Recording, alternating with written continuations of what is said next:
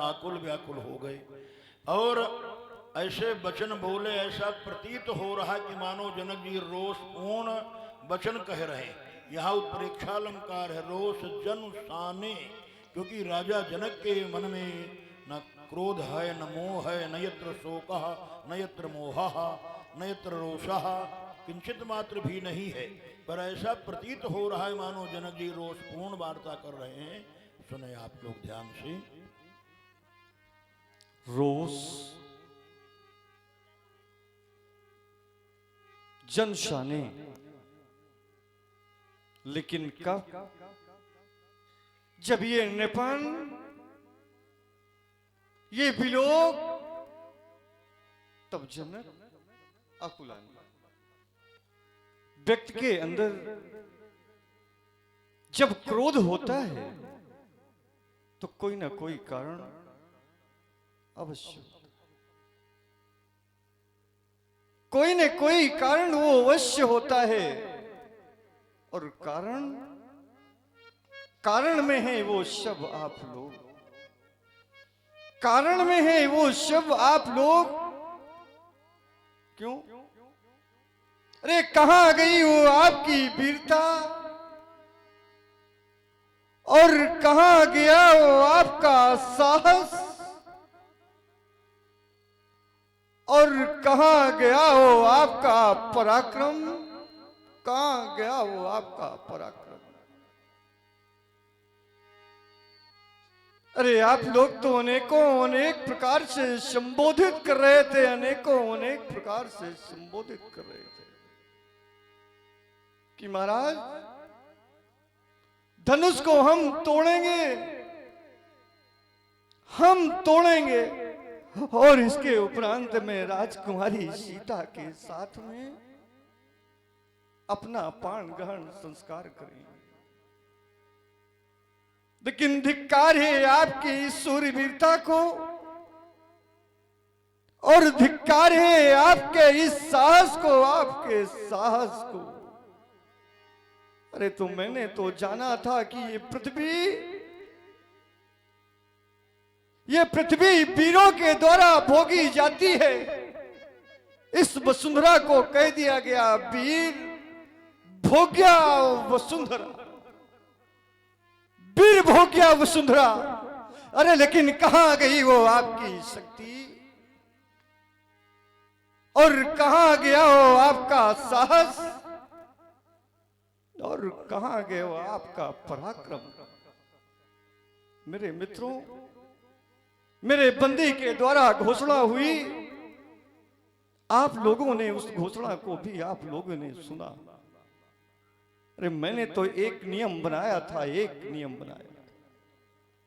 और नियम मैंने कौन सा बनाया कि कोई एक नेपाल आकर के अजगों का खंडन कर दे, एक नेपाल आकर के अजगों का खंडन कर दे। लेकिन यहां देखने में क्या आया, एक नहीं, दो नहीं, फिर चार नहीं, फिर भूप साहस 10 से कहीं 12, और लगे 58 पटरई नटा। 10,000 राजा मिलकर के इस अजगों का उठाने का प्रयास कर रहे थे।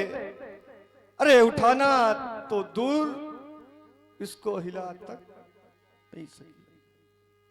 आप लोग विचार करें, आप लोगों के घर में भी बेटियां होंगी, आप लोगों के घर में भी बेटियां होंगी,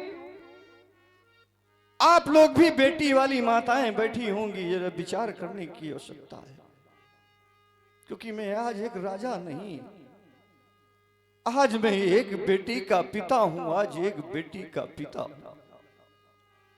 जो राजाओं के द्वारा कार्य किया गया, उस कार्य पे आपको विचार करने की आवश्यकता है। जरा सोचिएगा, जो मेरे साथ इन राजाओं ने किया। 10,000 राजा मिलकर के इस अजगों का उठाने का प्रयास कर रहे थे, और माना अगर 10,000 राजाओं के द्वारा ये अजगो अगर टूट जाता, अगर 10,000 राजाओं के द्वारा ये अजगो अगर टूट जाता तो आप बताओ मैं अपनी ये पुत्री सीता किस राजा को देता? तोड़ने वाले 10,000 राजा और मेरी पुत्री एक, मेरी पुत्री एक। अरे 10,000 राजा तो यही बोलते कि महाराज जनक आपकी पुत्री पे हमारा अधिकार है, हमारा अधिकार है। हर राजा यही बोलता कि हमारा अधिकार है, हमारा अधिकार है। तो बताओ, विचार करो, आप लोग भी बेटी वाले बैठे हैं, क्या मैं अपनी पुत्री के टुकड़े टुकड़े करता? 10,000 राजाओं को वितरित करने के लिए क्या मैं अपनी पुत्री के टुकड़े टुकड़े करता? अरे ये मेरी पुत्री है, ना कि ये किसी मंदिर का प्रसाद। बेटी कैसी हो,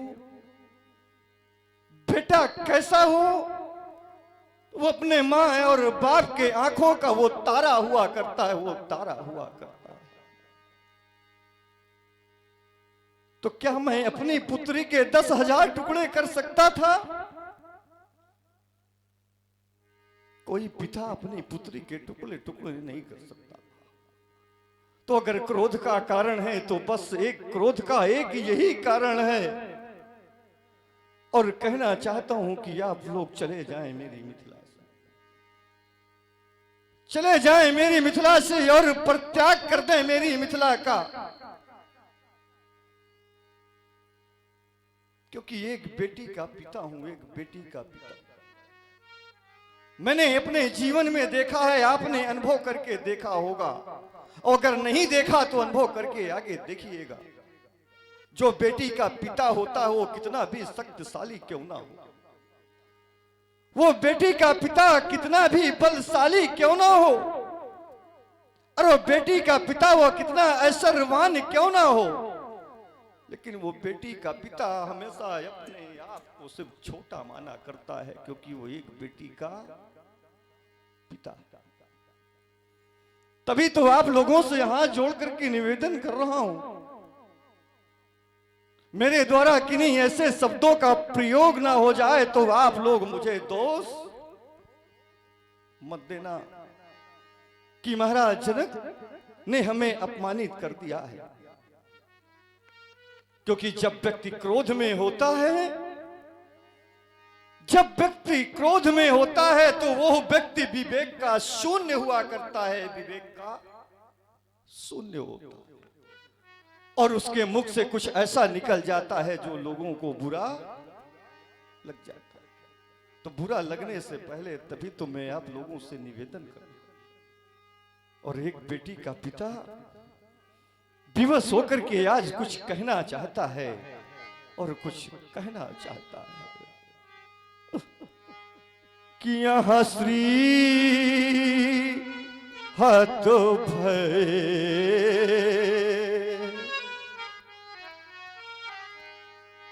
विचार करें, जब आप लोग अपने कार्य में असफल हो गए, जब आप अपने कार्य में आप लोग पराजित हो गए, तो आप लोगों ने कार्य कौन सा किया, कौन सा कार्य किया कि यहाँ श्री हाथ भय। अरे वो हार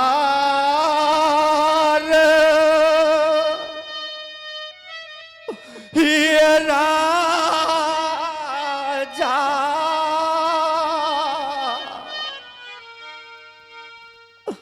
कि वो हो बैठे। अरे मैंने तो ये जाना है कि जब व्यक्ति हृदय से हार को स्वीकार कर लेता है तो वो व्यक्ति उस स्थान को छोड़ करके वहां से चला जाता है, उस स्थान को छोड़ करके चला जाता है। वो व्यक्ति इस स्थान पर बैठता नहीं है। लेकिन यहां मेरे देखने में क्या रहा है, और मैं देख क्या रहा हूं कि वो हो बैठे निज, अरे निज जा ही ये समा जा, लेकिन कब कि जब वो हो श्री हाथ भय। अरे आप लोगों ने अपने आसन को भी आप लोगों ने नहीं बदला, पुनः जाकर करे आप लोग अपने अपने समाज में जाकर के आप लोग बैठ गए। और सुन रहे हैं आप लोग महाराज जनक जी का कारुणिक विलाप, प्रभावित हुए हमारे आदरणीय श्रीमान रुद्रदत्त तिवारी जी, जो सिलमी खागा निवासी, वर्तमान में आप बोकारो झारखंड से ये हमारे धर्म पाठशाला लाइव देख रहे हैं। जनक जी के सुंदर इस कारुणिक विलाप पर आपने 51 पद मुद्राएं भेंट किए हैं। आदरणीय तिवारी जी को धर्मन से बहुत बहुत साधुवाद, बहुत बहुत धन्यवाद। अरे देखो ना मेरी बेटी, देखो आज ये बैठे हुए राजा आज किस तरीके से आज ये पराजित हो गए। आज मेरी बेटी की बारात दरवाजे से वापस जा रही है। आज मैं अपनी बेटी को डोले में बिठा करके विदा नहीं कर पा रहा। दुर्भाग्य मेरी किस्मत का, या दुर्भाग्य मेरी बेटी का, या मैं ऐसा अभागा पिता हूं कि जो अपनी बेटी की बारात आज विदा नहीं कर पा रहा है। आज बेटी की बारात दरवाजे से आज वापस जा रही है। अरे मेरे मित्रों, अरे उस मैया से पूछो जिस मैया ने बेटी को जन्म दिया है, जिस मां ने बेटी को 9 माह अपने कोख में पाला, उस मां से पूछो कि बेटी का दर्द क्या होता।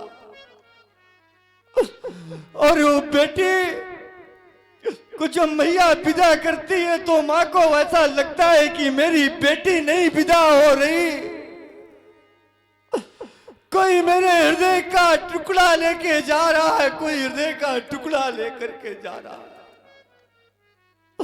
अरे मेरी रानी सुनैना ने भी अपनी बेटी के बारे में तो अनेक प्रकार के सपने देखे थे, अनेक प्रकार के सपने देखे।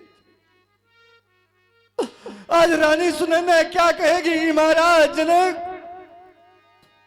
अरे कौन सा आपने प्रण कर दिया कि बेटी की बारात दरवाजे से वापस जा रही है, वो वापस जा रही है। अरे यार देखो ना, अरे आज तो मैंने अपनी मिथिला को तो मैंने आज ये दुल्हन की तरह मैंने सजा दिया, दुल्हन की तरह सजा दिया। लेकिन आज जिसको दुल्हन बनना था, आज मैं उसको दुल्हन नहीं बना पाया, उसको दुल्हन नहीं बना पाया।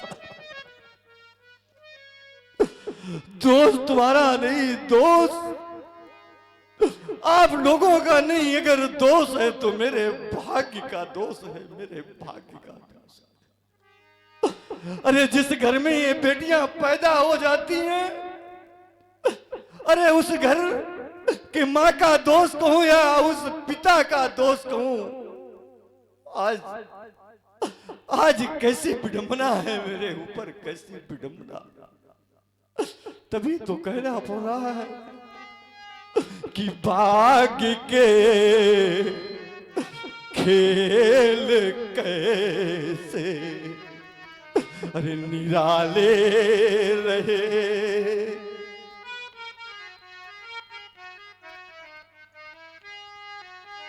कि भाग्य के खेल कैसे अरे निराले रहे, और लाख चाह मगर पार पा ना सके, कि लाख चाह मगर पार पा ना सके। और देखो ना, ये आज मैंने अपनी मिथिला, देखो आज मैंने किस तरीके से अपनी मिथिला सजाई। ये सारी मिथिला मैंने सजाई, अपने हाथों से सजाई है। कि सारी रच ना ये रुचि रुचि अरे सजाई गई।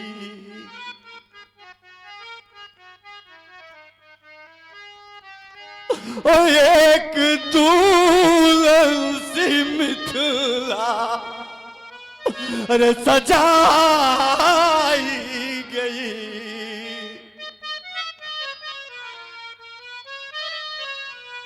एक दुल्हन सी मिथिला सजाई गई। पर जिसको बन ना था दुल्हन वो कुंवारी रही।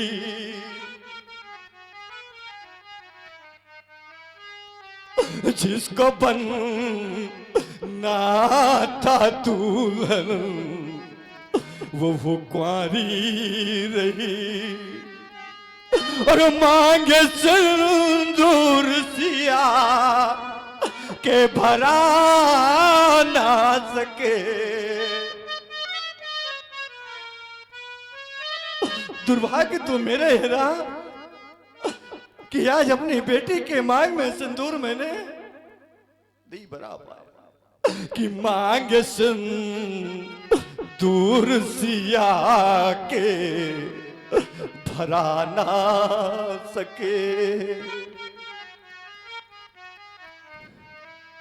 कि भाग्य के खेल कैसे निराले रहे। और लाख मगर पार पा ना सके। कि लाख मगर पार पा ना सके।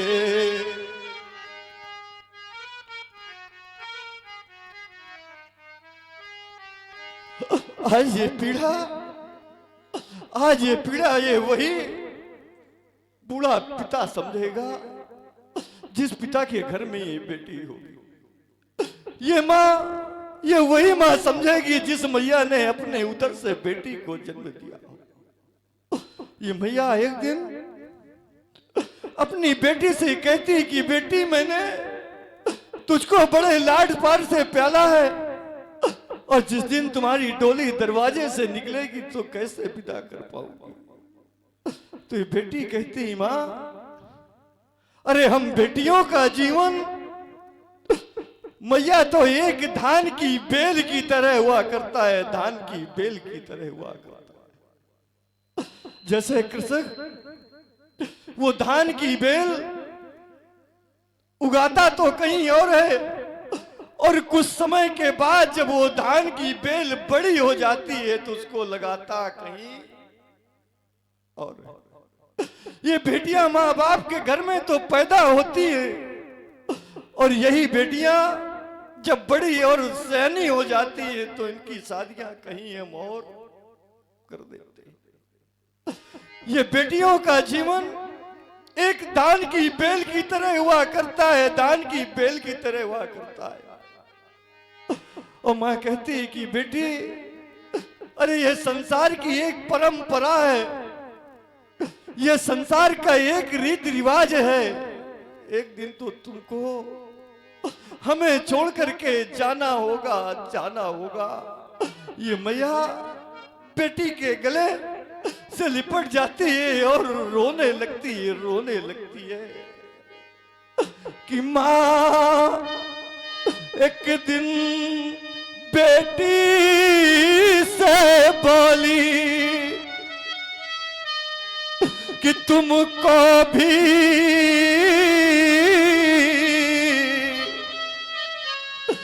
दुल्हन बनना होगा। और बेटी की प्रथम और विदाई में एक दिन सबको रोना होगा। अरे बेटी की विदाई में वो हर एक व्यक्ति रोने लगता है, वो हर एक व्यक्ति रोने लगता है। अरे अपनी बेटी के बारे में तो छोड़ो मित्रों, अरे यहां तक मैंने देखा है कि जब पड़ोस की बेटी ससुराल के लिए विदा होती है तो पड़ोस का पड़ोसी रोने लगता है और उसके घर वाले हर एक व्यक्ति रोने लगते हैं। और बहुत से ऐसे लोग हैं जिनके आंखों में आंसू नहीं निकलते, उनके हृदय पत्थर के हुआ करते हैं, पत्थर के। कृपया ध्यान दें, ये बात केवल महाराज जनक जी के ही जीवन की नहीं प्यारे, हमारे आपकी भी जीवन की संबंधित ये बातें हैं। और पाषाण हृदय भी पिघल जाता है महाराज ऐसी बातों को सुनकर। हमारे परम स्नेह पात्र श्री पंकज कुमार जी श्रीवास्तव जी की ओर से महाराज जनक जी के श्री चरणों में 50 मुद्राएं, और हमारे राकेश भैया कश्यप जी की ओर से भी 51 मुद्राएं महाराज जनक जी के लिए समर्पित हैं। बहुत बहुत साधुवाद। और उनके हृदय वो पत्थर के हुआ करते हैं जिनके आंखों में आंसू नहीं होते। अरे वो बेटी की पीड़ा को क्या जाने, वो पिता बेटी की पीड़ा को क्या जाने। अरे विचार करना, जिनके आंखों में आंसू नहीं होते, कि जिसके नैनों में वो नीर नहीं, वो नीर बहाना क्या जाने।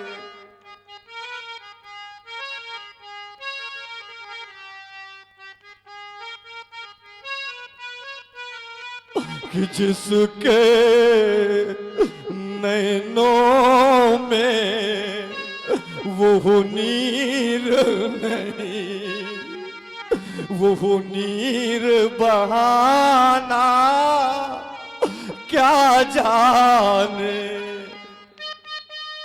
और जिसके उर में, अरे जिसके उर में पीड़ा होगी वही जानेगा कि बेटी क्या है।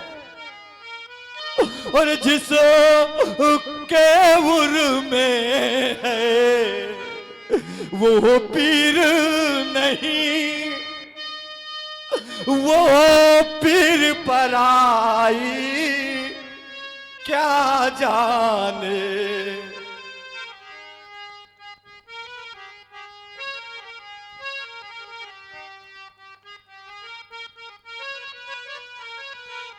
और जिस के उर में है वो पीर नहीं, वो पीर पराई क्या जाने। और जिसने यह कन्या अरे जाई नहीं, वो कन्या का दुख क्या जाने।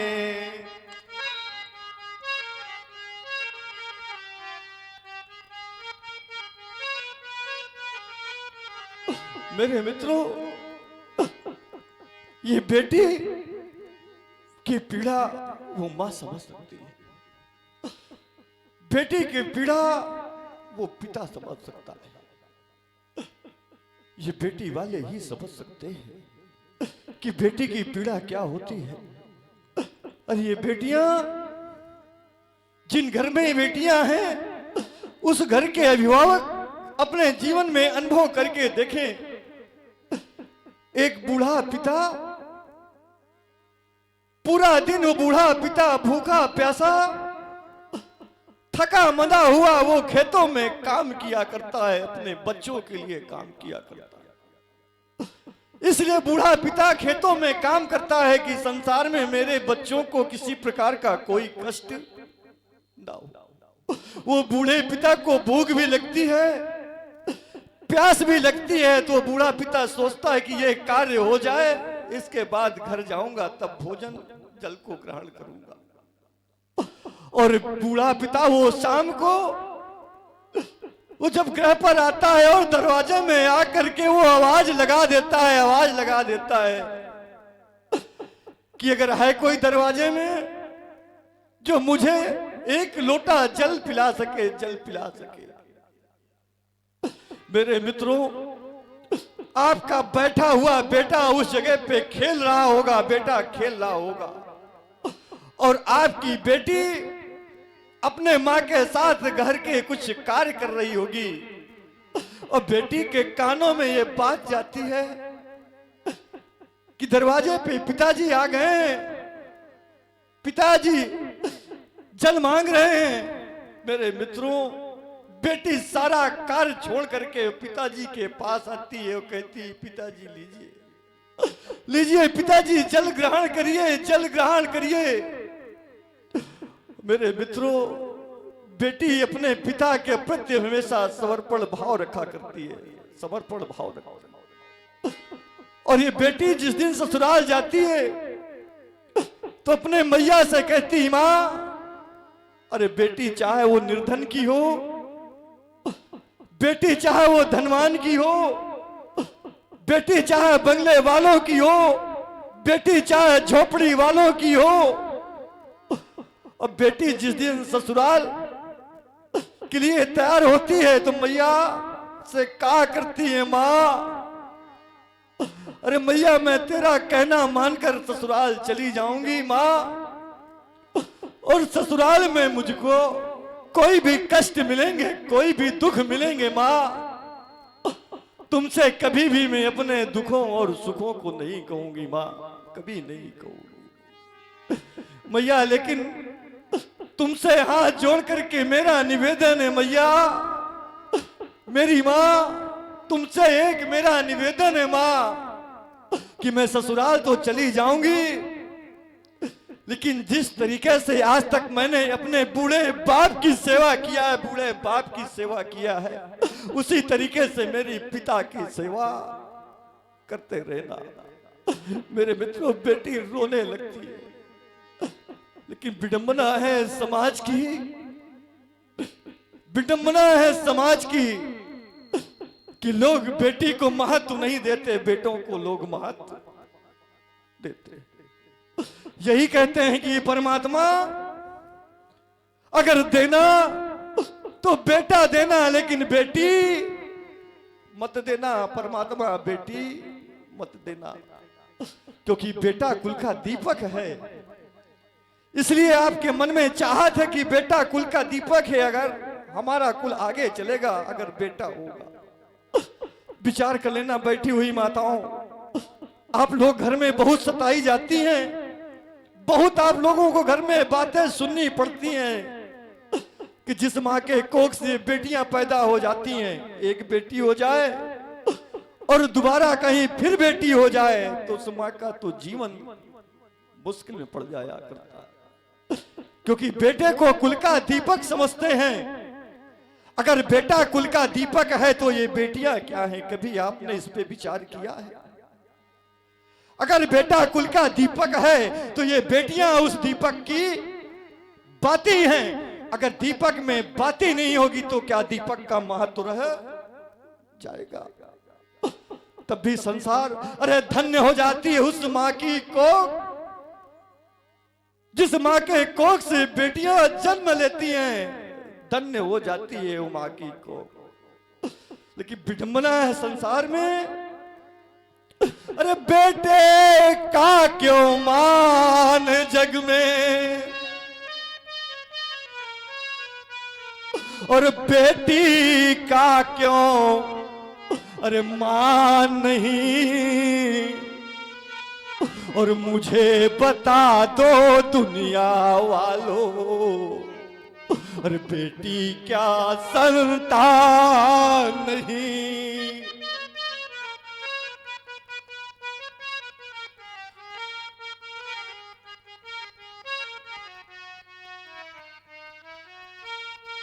अरे बेटे का क्यों मान जग में, और बेटी का क्यों मान नहीं, और मुझे बता दो दुनिया वालों, अरे बेटी क्या संतान नहीं।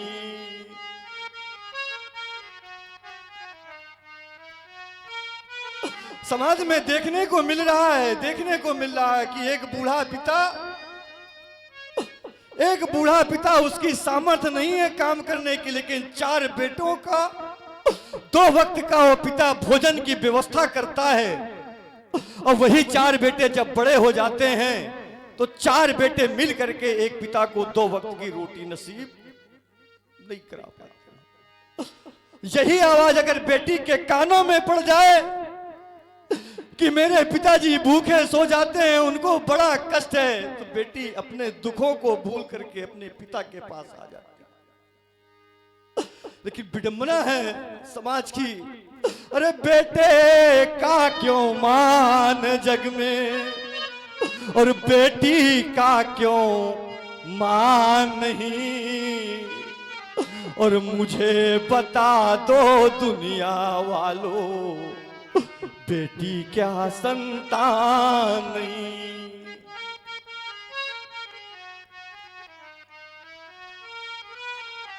अरे बेटा चाहे छोड़ भी जाए, पर बेटी साथ न छोड़ेगी, और मुझे बता दो दुनिया वालों, बेटी क्या संतान नहीं।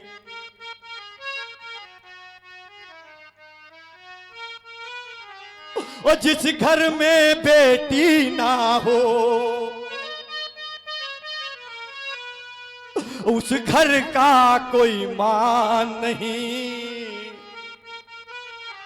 और मुझे बता दो दुनिया वालों, बेटी क्या संतान नहीं।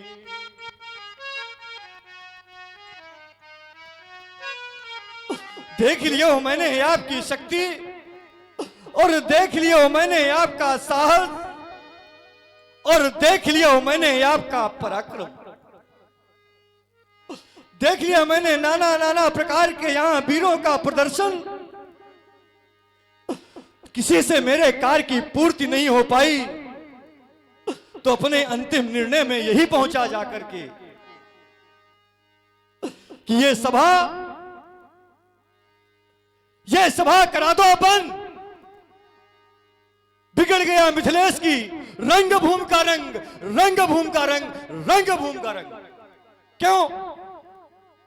क्योंकि जब मैंने जान लिया, पूर्ण विश्वास हो गया, तब यह सभा भंग कराना पड़ रहा है कि अब जन को माखे भटवानी, अरे वीर विहीन मही मैं जानी। जब वीर विहीन मही मैं जानी, तो समाप्त हो गई आपकी मेहमानी।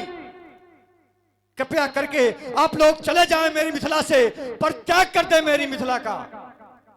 अगर मन में कोई अभिलाषा, मन में कोई जिज्ञासा लेकर के बैठे हैं कि राजा जनक अपने प्रण में कोई परिवर्तन लाएंगे, तो छत्री हूं, प्रण छोड़ नहीं सकता। सर कटाना पसंद है, लेकिन प्रण में परिवर्तन लाना पसंद नहीं। तो तजहू आस, निज निज ग्रह जाहू। क्योंकि आप लोग अपने अपने घर में, अपने अपने राज में बता करके आए होंगे कि राजा जनक के यहां सीता स्वयंवर में जा रहे हैं, पाण ग्रहण संस्कार में जा रहे हैं। तो आप यहां से अपनी अपनी आशाओं को तज दीजिए, अपने अपने राज्यों को जाइए। किसी नदी में, किसी समुद्र में अपने प्राणों का परित्याग नहीं करिएगा। क्योंकि जब व्यक्ति कायल हो जाता है, जब व्यक्ति मुंह दिखाने लायक नहीं बचता, तो अपना मुंह छिपाने के लिए अपने प्राणों का परित्याग कर देता है। तो तजहु आस, निज निज ग्रह जाहू, लिखा न विधि ये वैदेही विवाह। उमाकांत जी मंच पर आने का कष्ट करें।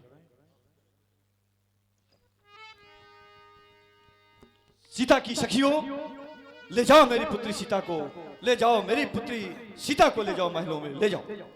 जनक बचन सुनि सब नर नारी, देख जान की भय दुखारी।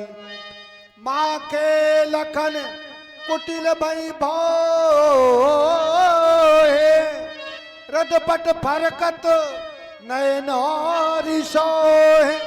कहीं न सकत रघुवीर डर, लगे बचन जनु पान। नाई राम पद कमल सिरो, बोले गिरा प्रेमान। समाप्त हो गया सीता स्वयंवर। सुना आप लोगों ने एक राजा जी के द्वारा घोषणा हो गई और कहा क्या गया कि तजहु आस अपमान, घोर अपमान, पर मेरा नहीं बल्कि वीरता को चुनौती दी गई है। और प्रतिज्ञा किन्हें सुनाई गई? तो उपस्थित महिपालों को। हाँ, अगर यही प्रतिज्ञा अगर हम राजकुमारों को सुनाई गई होती तो राजकुमार, अरे राजकुमार प्रतिज्ञा पूर्ण करके दिखा देते। पर प्रतिज्ञा सुनाई गई तो सुनो सकल महिपाल देवता, आपके समक्ष अभी अभी योगीराज विदेह ने वीर विहीन मही मैं जाने जैसे शब्दों को कसौटी के माध्यम से वीरों को उत्तेजित करके इस वसुंधरा के समस्त वीरों को ललकारा है। रघुवंश के औतंस आप बैठे मंच पर हे नाथ मुस्कुराते रहे और मैं करके दिखलाता रहूं। आज्ञा ही प्रभु देते रहे। अरे योगी पर योग क्रियाओं में अपना अधिकार जमाया है। साथ समझकर पृथ्वी को वीरों से हीन बताया है। रघुपति यह कैसा अंधेर, भैया यह कैसा अंधेर। कहते इन्हें विदेह नाथ मिथिलेश ब्रह्म आराधनकारी, और यहाँ का शिव पिनाक के खंडन हेतु आए भूप महाबलधारी। भई भूमि निर्भीर गई सब सैहद मारी। क्या करें भूप बलवान भैया, यहाँ के भूप बलवान क्या करें? भाग्य का होता ऐसा फेर, भाग्य का होता ऐसा फेर। रघुपति यह कैसा अंधेर, भैया यह कैसा अंधेर। रंग अवन मुनि नाथ नपति ने नयन नील बरसाए, और यहाँ तक कि सब मंचों के श्रेष्ठ मंच पर मान सहित बैठा है। पर हुआ न इनका काम। नाथ जब इनका काम ना हुआ तब तीखे बैन सुनाए। कहे हे नाथ कहे न, क्या हम बिना बुलाए आए? अरे ठहराया सुख सदन, लखाया सुख का अनुपम ढेर। रघुपति यह कैसा अंधेर, भैया यह कैसा अंधेर। योगीराज मैंने आपको कर्मनिष्ठ, धर्मनिष्ठ तथा सद्भावना का भूपाल माना था। मैंने कभी नहीं सोचा था कि आप अल्पस्वार्थ बस अपमानित शब्दों का प्रयोग कर बैठेंगे। पहले आपने ही तो कहा था कि कहाऊ नाथ सुंदर दो बालक, मुनि कुल तिलक कि नृपकुल पालक। ब्रह्म जो निगम नेति कही गावा, उभय बेस धर की सोयावा। सहस विराट रूप मन मोरा, थके तो ही जिम चंद चकोरा। इन्हीं बिलोकत अति अनुरागा, अब्बर बस ब्रह्म सुखई मन त्यागा। मिथिलेश्वर तुम तो ज्ञानी हो मिथिलेश्वर, लेकिन इस समय तुम्हारा ज्ञान कहाँ? योगियों की पदवी पा करके पहुंचाया अपना ध्यान कहाँ? यह शकुन तुम्हारा ही तो था। श्री राम को ब्रह्म समझते थे, अपनी चकोर रूपी आंखें प्रभु राम की ओर फेंकते थे। फिर ना जाने क्यों पाप हुआ जो ब्रह्म को झूठा दोष दिया। और सुन रहे हैं आप लोग लक्ष्मण जी की वीरत्व भई वाणी। हमारे आदरणीय श्री रजनीश वाजपेयी जी जजमुइया निवासी हैं आपने लक्ष्मण जी की वीरत्व भई बाणी पर ये 101 पद मुद्राएं आपने सादर भेंट किए हैं। आदरणीय वाजपेयी जी को धर्मन से बहुत बहुत साधुवाद, बहुत बहुत धन्यवाद। वीर एक नहीं लाखों वीर है मिथिलेश्वर, यह कैसा तुच्छ विचार। फिर जहाँ वीरता की बात है तो आप ही के घर में, हाँ आप ही के घर में एक ऐसा वीर है जिसने इसी अजगव को, हाँ इसी अजगव को लेकर करते समय अपने बाएं हाथ से उठा लिया था। तो फिर आप कैसे कह रहे हैं कि पृथ्वी वीरों से खाली है? मेरा विचार तो ऐसा है, होना मुझे गंवारा है कृपा आपके चरणों की, बल और प्रताप तुम्हारा है। अभिमान त्याग कर कहता हूँ, अभिमान त्याग कर कहता हूँ, यदि हुक्म आपका पाऊं मैं तो इस सारे धनुष की क्या गिनती, सारा ब्रह्मांड उठाऊं मैं।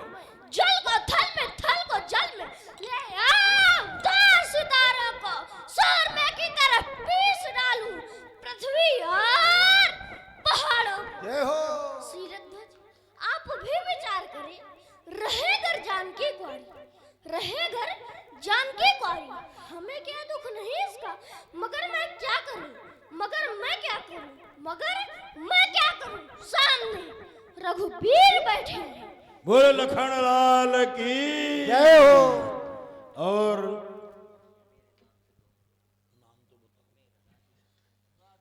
और हमारे राकेश भैया कश्यप जी की ओर से 51 मुद्राएं लक्ष्मण जी महाराज के चरणों में।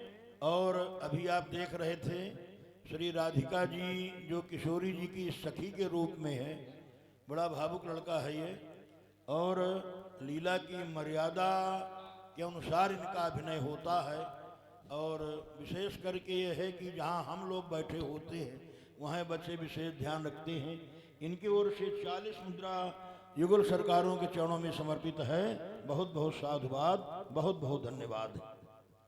नहीं तो जानते हो क्या होता, अभी तलवारें चल जाती, अभी तलवारें चल जाती, न होते अगर यहाँ रघुवर हजारों वीर नंगी कर लिए शमशीर बैठे हैं, लहू का घूंट पीकर, लहू का घूंट पीकर रह गए हैं आज रघुवंशी।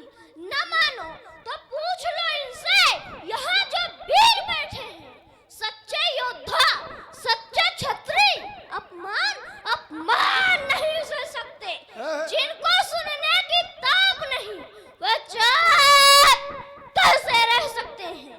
रघुबीर राम जी के होते, रघुबीर राम जी के होते अनुचित वाणी कह डाली है। यह सत्य बार सा चुभता है कि पृथ्वी वीरों से खाली है। अरे यह तो सही न जात पी प्रभु कैसे धरा दी, 150 लगे हैं बैल आए सुझा पाऊं मैं। ललित मरोरी गई वालिद में बारी डारो, तारी दिख दंतन के दंत लेता आऊं मैं। कहत हो समाज माही, कहत हो समाज माही, राव राव प्रतापनाथ मैं और लेखान छिछोर लाधा हूं मैं। अटक रहे हो कहाँ, अटक रहे हो कहाँ, मुख से तो निकालो बैन, काजा घटी में डारा फोरी, सको मेल मूले की उतारी, तो प्रताप महिमा भगवाना, का बाप रो पिनाक पुराना। अरे नाथ जानिए सो आए सुनोई, का तुम करा बिलो किए सोई। अरे कमल लाल जी चाप चढ़ा, सतयोजन प्रमाण ले जाऊं, तोरा छत्रक दंड जिम, तो प्रताप बलनाथ। जो ना करो, जो ना करो, प्रभु पद शपथ पुनि न धरा धनुआ, पुनि न धरा धनुआ, पुनि न धरा धनुआ। लखन सकोप बचन जे बोले, जगमगानी मही दिग्गज डोले, सहले रघुपति लखन निवारे, प्रेम समेत निकट बैठारे, प्रेम समेत निकट बैठारे, प्रेम समेत निकट बैठारे। भैया लक्ष्मण मानव विवेक शून्य हो, किम कर्तव्य विमूढ़ हो जाता है, पर ज्ञानवान ज्ञानवान आत्म संयम से उत्तेजना काल में भी अपने मानसिक संतुलन को नहीं खोता। कनिष्ठ भ्रात, अगर योगीराज ने प्रण भंग के भय से अधीरता बस वीर विहीन मही मैं जानी जैसे शब्दों का प्रयोग किया है, तो उनका कहना स्वाभाविक ही है। अतः आप अपने शेषत्व के सहज स्वाभिमान को तिलांजल देते हुए तथा क्षमा के अशेष भार को धारण करते हुए गुरुजनों के समक्ष बिनया बनत बने लाल, बिनया बनत बने। और हमारे आदरणीय श्री हेमेंद्र कुमार सिंह जी, सनाप श्री लखन सिंह जी प्रधानाचार्य जी, रामनगर कॉलोनी सीहीआर धर्म पाठशाला जो चैनल चल रहा है, लाइव देख रहे हैं। आपने लक्ष्मण जी महाराज के चरणों में 101 पद मुद्राएं आपने भेंट किए हैं। सम्मानित प्रधानाचार्य जी को धर्मन से बहुत बहुत साधुवाद, बहुत बहुत धन्यवाद। अतः शांत हो जाओ भैया, शांत हो जाओ। प्रेम समेत निकट बैठारे, विश्वामित्र समय शुभ जानी, बोले अति स्नेह मय बानी।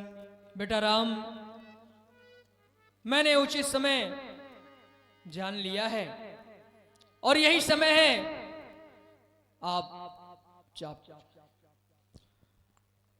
उठो अब राम रघुनंदन।